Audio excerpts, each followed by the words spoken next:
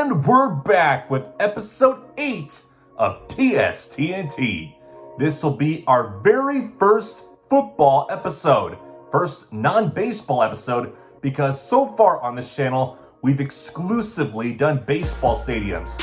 Well, that's about to change as we're about to explore our first football stadium. For this episode, we're in Fort Worth, Texas to watch a college football game. My favorite college football team, actually, the TCU Horned Frogs, will take on the Texas Tech Red Raiders. This game is known as the Battle for the Saddle, as these two schools, yes, will be doing battle over a horse saddle. It is currently Friday night on October 25th, 2024, as I am recording this, so we're going to the game tomorrow afternoon, but we're going to take this time to give a little background history on TCU and their stadium, Amon G Carter Stadium. TCU might not have the biggest brand, but it's a very solid school, and it's got a very good football program. So what is a horned frog? Well, believe it or not, it's not even a frog at all. It's actually a Texas horned lizard. They gave it the name frog because it looks more like a frog than a lizard.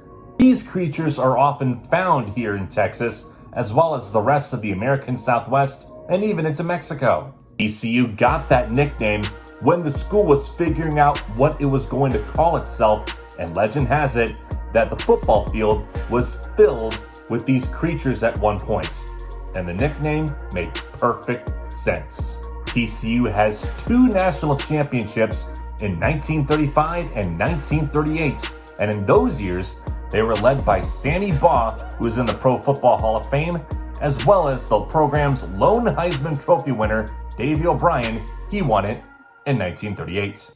The program actually has 6 total Heisman finalists, most recently in 2022 with Max Duggan.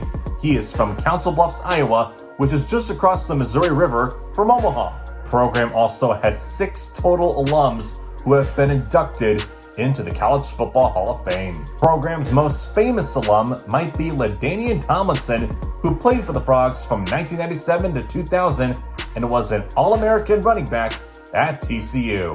The NFL, LT would have a very successful career. He would even win NFL MVP in 2006 with the San Diego Chargers. LT today actually still works in the Chargers organization, even in Los Angeles.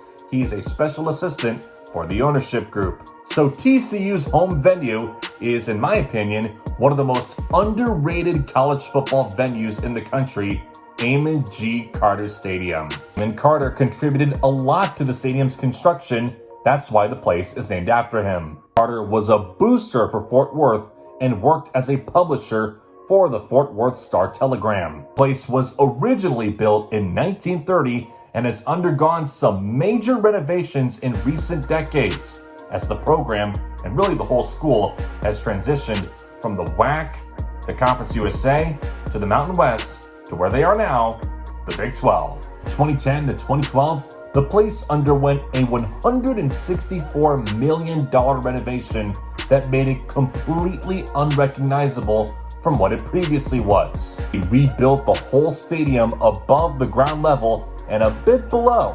He only kept the playing field and the lower seating bowl. Everything else was completely revamped. In 2019, the place underwent another expansion and it cost $118 million. The capacity today is at around 47,000. In addition to being the home for TCU football, the Carter also serves as the home for the Armed Forces Bowl, which is an annual bowl game that typically features one of the service academies. All right, that's going to do it for this pregame monologue. I'm going to hit the hay for the night, and then tomorrow, we're going to take in our first football stadium on this channel, Amon G Carter Stadium.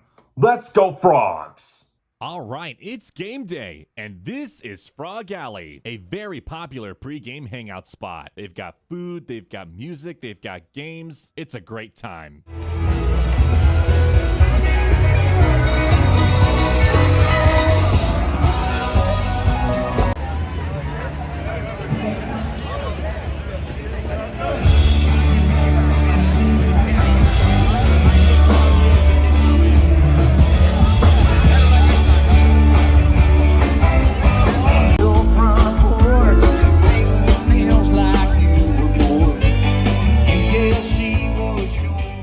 Let's check out some of the statues they've got here. Here's the guy I was talking about earlier, Davey O'Brien. As of 2024, he's TCU's lone Heisman winner. The head coach of those 1935 and 1938 national championship teams was this guy right here, Dutch Meyer. Fight him till hell freezes over, then fight him on the ice. Then there's this guy, Gary Patterson. You might be more familiar with him, as he was at TCU more recently. He was the head coach of the Horned Frogs from 2000 to 2021, the all-time winningest coach in program history. And of course, I've got to show off this awesome Horned Frog statue.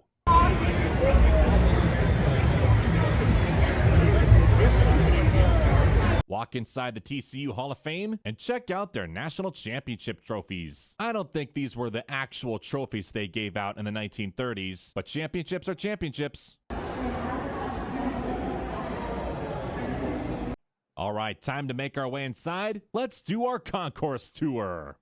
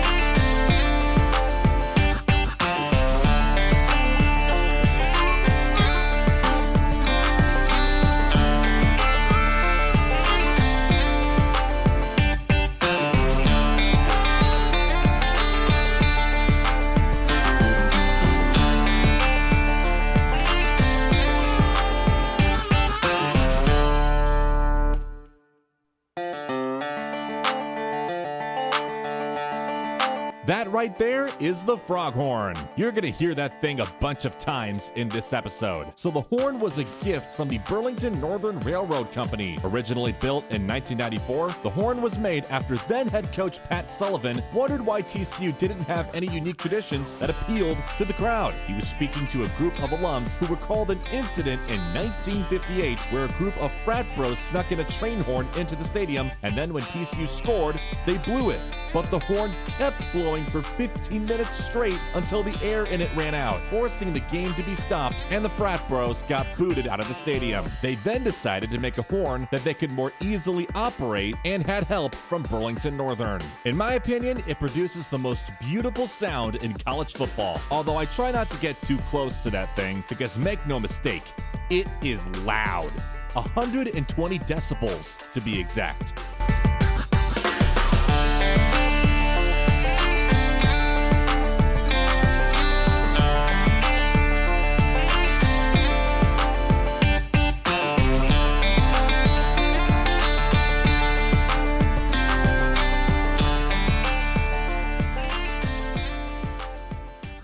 While on my way to the upper concourse, I had to walk up a very long ramp. You get a neat view at least.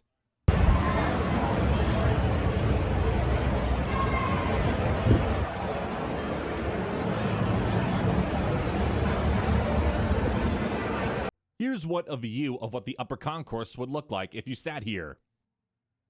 And of course, I've got to point out the college football playoff banner. TCU was the first Texas school to make the CFP. That's a big point of pride for Frog fans.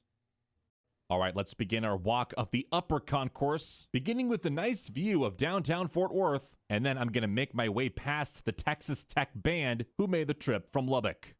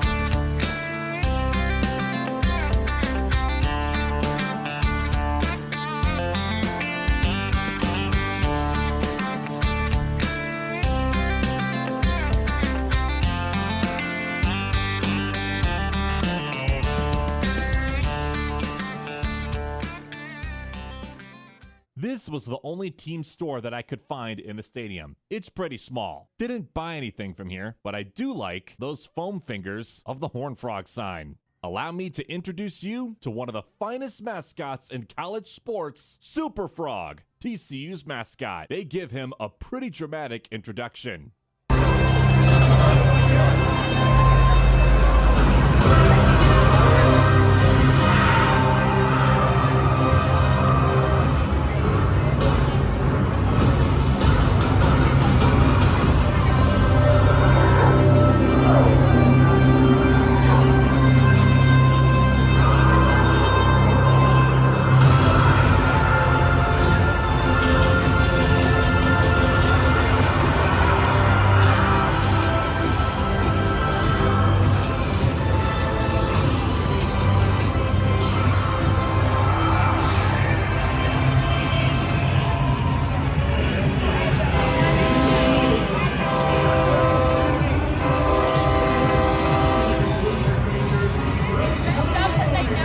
Those kids running off to the side behind the band are the bleacher creatures. I love how TCU lets kids run on the field with the Frogs. They'll come out in just a moment.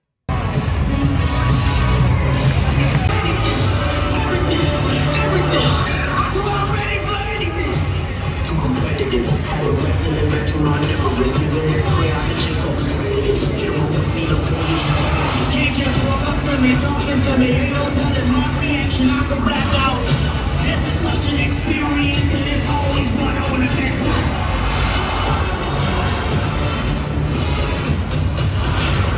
Everything said already for any and everything. Mama said that I could be so many things, but this morning I chose to be medicine. So don't you ever think you're back me down, swear right now.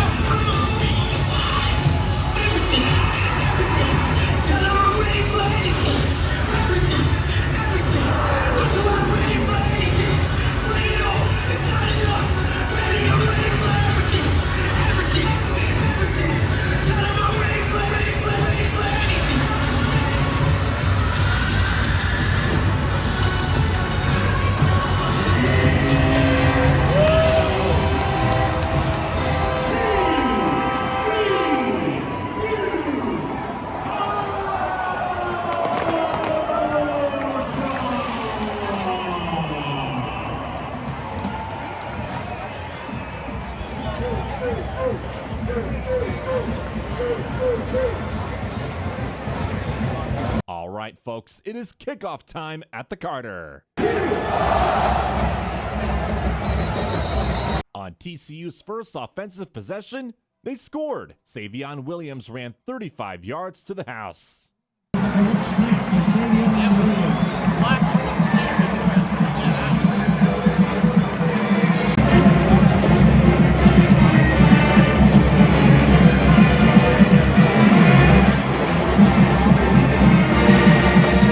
After every score, the TCU students do the Riff Ram Bazoo chant.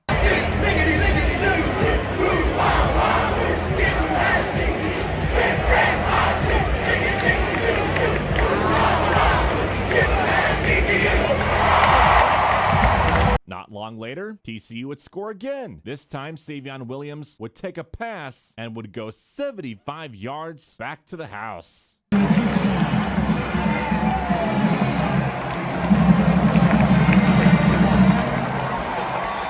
The Frogs would lead 14-3 at the end of the first quarter, but Texas Tech would take over in the second, and they would get in a couple of scores. The Red Raiders led 17-14 at halftime. For a halftime snack, let's make our way over to Buffalo Bros, a Fort Worth institution. Had to try out their pizza, so let's do it. Here is the Buffalo Bros cheese pizza. This is all they had, but let's give it a shot.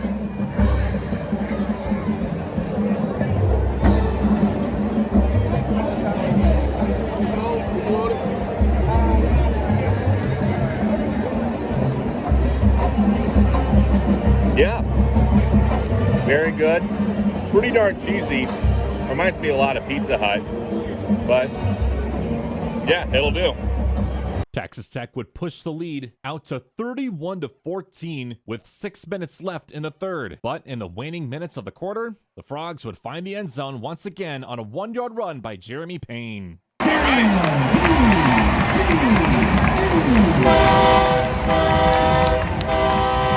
Texas Tech would then kick a field goal to make it 34-21, but a few minutes later, the Frogs struck back with this pass from Josh Hoover to DJ Rogers.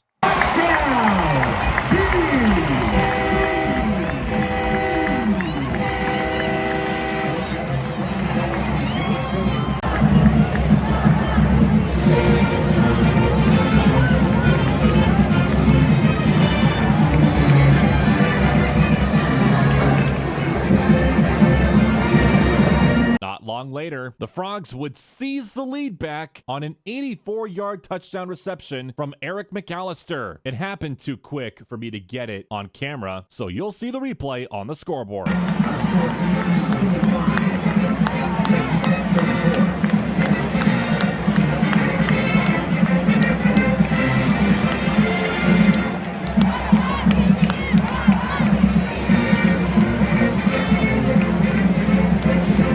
Now it's time for TCU's defense to step up and hold that lead. Wait a minute, was there a fumble?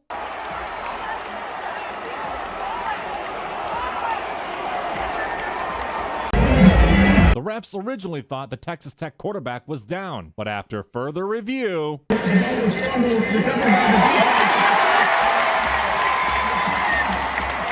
Yup, TCU got the ball back with roughly 90 seconds left in the game. Unfortunately for the TCU offense, they couldn't get a second first down and they were forced to punt, giving the ball back to the Red Raiders with under a minute remaining. Can the Frog defense finish the job?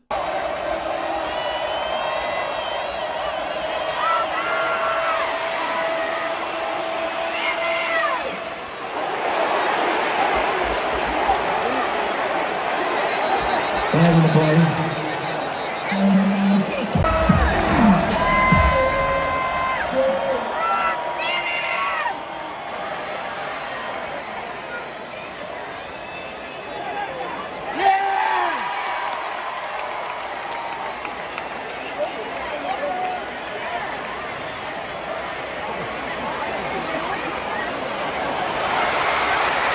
Yeah, that's it. That's it.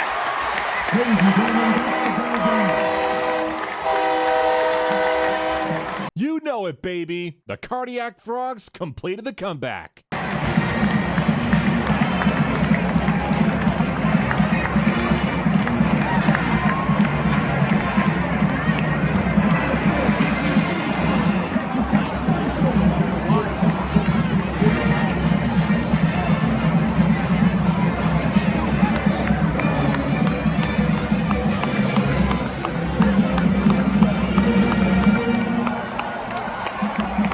Before we end this episode, I know this is very random right now, but when in Fort Worth, you've got to go to and show off the stockyards a bit. So let's do that. There may not be a place in Texas that screams Texas than the stockyards. And Fort Worth is known as Cowtown for a reason, as the city has long been associated with the cattle industry. I wasn't able to catch it, unfortunately, but twice daily, they will reenact an actual cattle drive. Actual longhorns will be paraded down the street.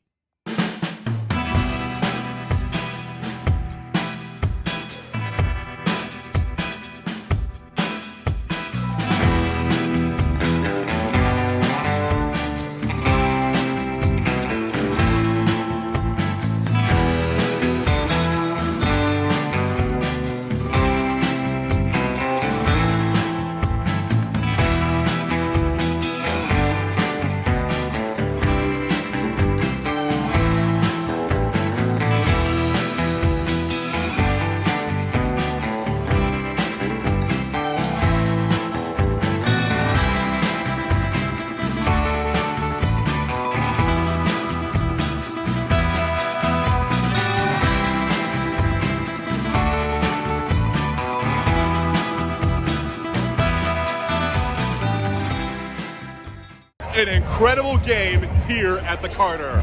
Final score, TCU 35, Texas Tech 34. If you like what you saw, please sure to give this video a like, and don't forget to hit that subscribe button if you love stadium content as much as I do. Thank you so much for watching this episode of TST&T. Signing off from the Carter here in Fort Worth. We'll see you in the next video.